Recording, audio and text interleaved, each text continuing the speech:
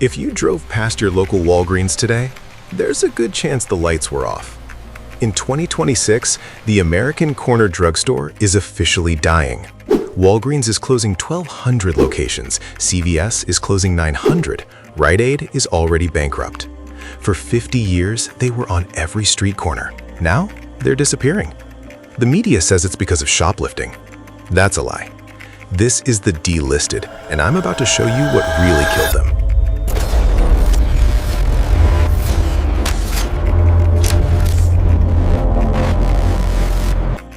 Let's go back 20 years. Walgreens was already huge, thousands of stores, billions in profit.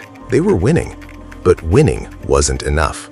They looked around and saw competition, CVS, Rite Aid, local pharmacies, and they made a decision. Don't compete, eliminate. So they started buying everything. They bought Duane Reade, they bought Boots Alliance, they spent billions swallowing up every pharmacy chain they could find. The goal? A Walgreens on every single corner in America. And they got it. In some cities, you could stand at one Walgreens and throw a rock at another Walgreens across the street. But here's the problem. While Walgreens was busy buying competitors and building stores, the world changed. Amazon showed up. And suddenly, people didn't need to drive to a pharmacy anymore. Your pills just showed up at your door. No waiting, no hassle. Walgreens built an empire of stores right as people stopped needing stores. Now they're stuck with 8,600 buildings they can't afford to keep open. Here's the part that sounds insane. When you walk into Walgreens and fill a prescription, they lose money on you. Not sometimes, almost every time. Here's how it works. You need medication. You go to Walgreens. You pay your copay, let's say $30. Your insurance company pays the rest, maybe $50 more. Walgreens just made $80, right? Wrong. Because between you and Walgreens, there's a middleman. They're called pharmacy benefit managers. Their job is to manage costs. What they actually do is take a cut of everything. So that $80, the middleman takes 55 of it before Walgreens ever sees a dollar. Walgreens gets 25. But the drug itself, they paid the manufacturer $28 for it. They just lost $3. Now multiply that by millions of prescriptions every single day. The core business, filling prescriptions, is bankrupting them. Imagine running a restaurant where every meal you serve costs you money. That's Walgreens right now. CVS figured out a trick. They bought their own insurance company, so now they control the middleman taking the money. Walgreens didn't, so they're drowning. But wait, if prescriptions lose money, how did they survive this long? Simple. They stopped being pharmacies. Walk into a Walgreens today, what do you see? Aisles of shampoo, candy, makeup, greeting cards, photo printing, seasonal decorations. They turned into mini convenience stores that happened to have a pharmacy in the back. The plan was lose a little money on prescriptions, make it back selling other stuff. But there's a problem. Walmart sells that shampoo cheaper. Amazon delivers it faster. Dollar stores undercut them on price. Nobody goes to Walgreens to buy toothpaste anymore.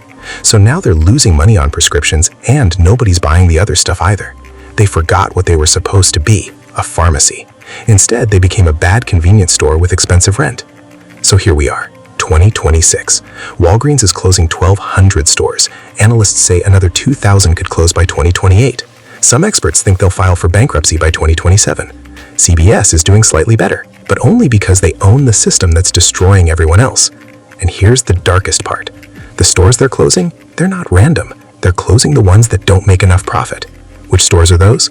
Poor neighborhoods, rural towns, places where people actually need pharmacies. People who can't drive 30 miles to get medication are losing their pharmacies first. Millions of Americans now live in what they call pharmacy deserts. No pharmacy within 10 miles. Elderly people rationing medication because they can't get to a pharmacy. Sick people skipping doses because the drive is too far. This isn't about shoplifting. This is about a company that built too much, charged too little, and forgot who they were supposed to serve. So what killed Walgreens? 3 things. 1, they built an empire they couldn't afford. Too many stores, too much debt, and the world moved on without them. 2, they let someone else control their money. The middleman squeezed them dry, and they had no way to fight back. 3, they forgot their purpose. They were supposed to help sick people. Instead, they tried to sell Halloween costumes. And now, they're dying. The corner drugstore that was part of American life for 50 years is disappearing. Not because of thieves, not because of bad luck, because the people running it made terrible decisions and never looked back. That's the truth. Walgreens and CVS built too big, forgot their mission, and now they're paying the price. This is the Delisted, where we expose why America's biggest companies are collapsing. Next time you see a closed pharmacy, you'll know why. Hit subscribe, because next week I'm dissecting Intel, and trust me, their collapse is even more brutal. This is the Delisted. See you next time.